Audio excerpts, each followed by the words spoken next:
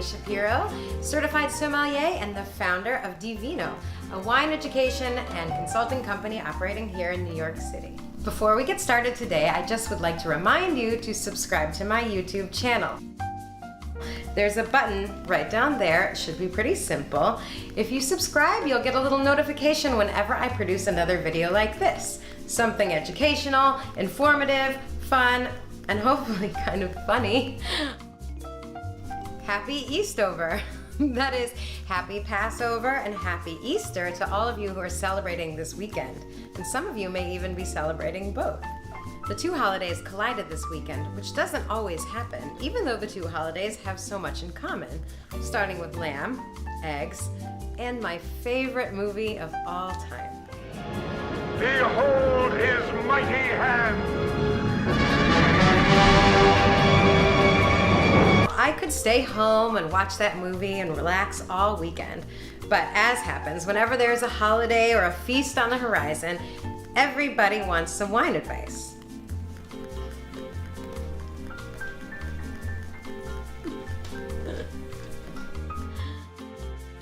DiVino is here to help. I brought a white wine, a red wine, and a rosé. And they're all great options for your Easter and or Passover table, depending on what you're eating. And this one is even kosher, just like Jesus drank. Since this is a biblical situation, I went with something Roman. I hope that's appropriate. I feel like it is, and regardless, this wine is incredibly beautiful and transportive.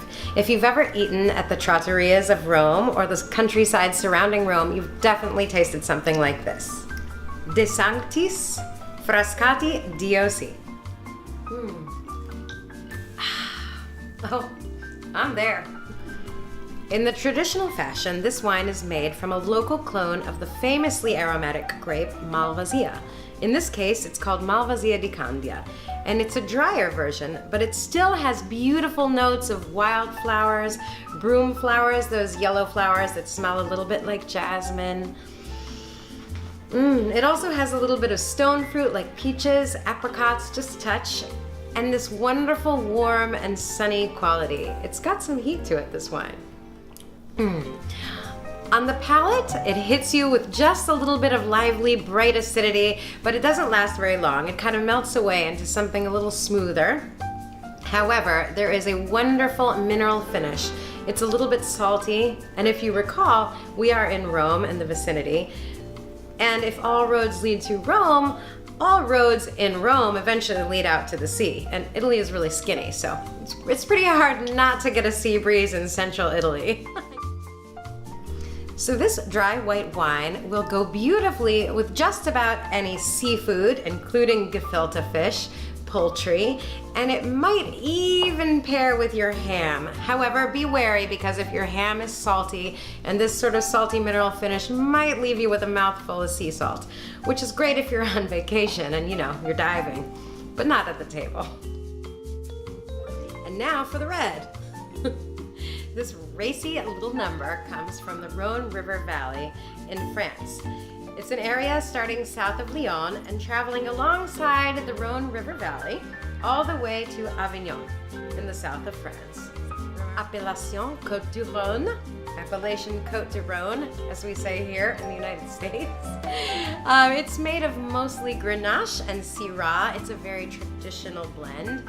And both of those grapes pack quite a bit of color and also a spiciness.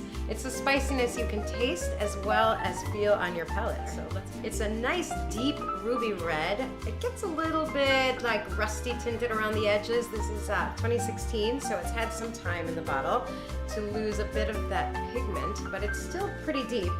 That's also a signature for Syrah. The nose is pretty rich. There's a lot of, it's jammy. Jammy is a word you've probably heard before, but rather than fresh berries and light, bright strawberries, this is a little deeper, like strawberry jam, blackberry jam. You can smell the heat in this wine. It is the southern part of France, There's also a beautiful sort of exotic spice note, a little bit of cinnamon, maybe even nutmeg.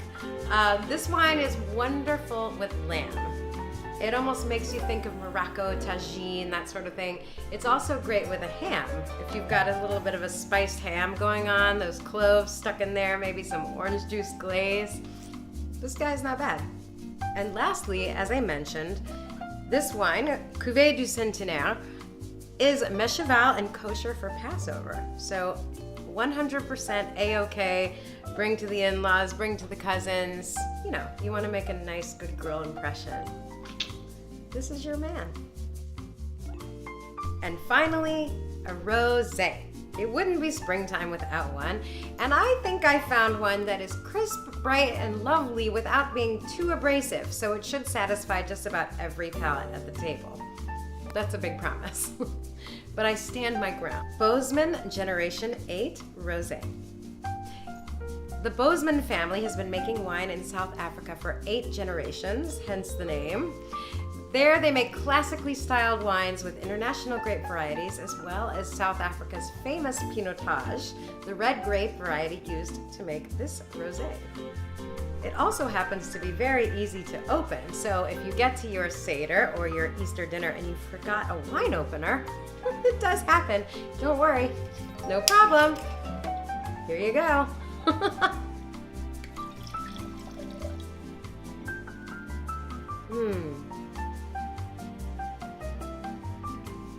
This rosé is everything rosé promises to be.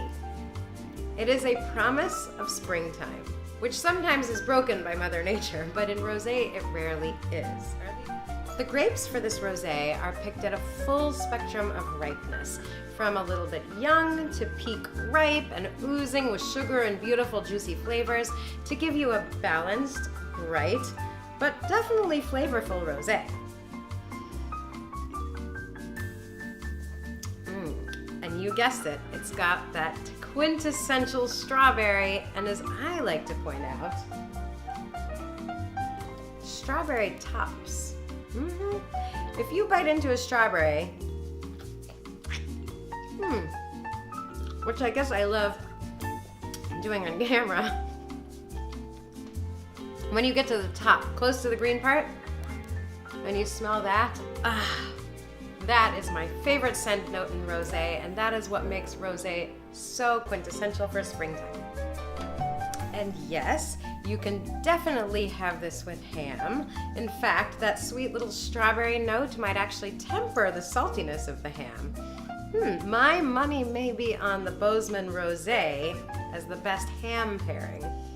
At the Seder table, what would we do about wine pairing with this Bosman Rosé? Sure, you could have it with a chicken soup with matzo balls. It might even kind of lift up the fresh parsley and the pepper that you've sprinkled in there, because this does have a little bit of an herbaceous quality to it, which is lovely. But I also thought if you're serving one of those Israeli salads with a little bit of feta cheese and some olives, finding a wine for salad is hard. And this one is innocuous. It's not too acidic. It's just enough. It's just smooth enough to really go nicely with that salad.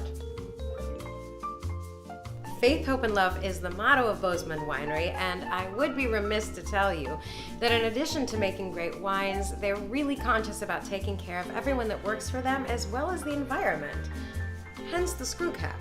So you're doing a mitzvah by drinking this Bosman wine, along with all of the other wines we tasted today, and I certainly hope if you have questions, if you have comments, you'll put them in the comment section below.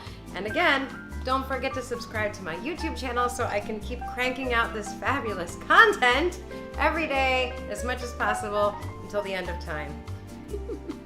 Or at least until I lose my looks.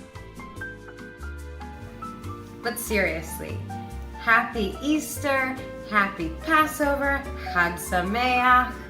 I think I hear Elijah knocking at my door, so I'm just gonna grab that. Have a wonderful holiday. Cheers.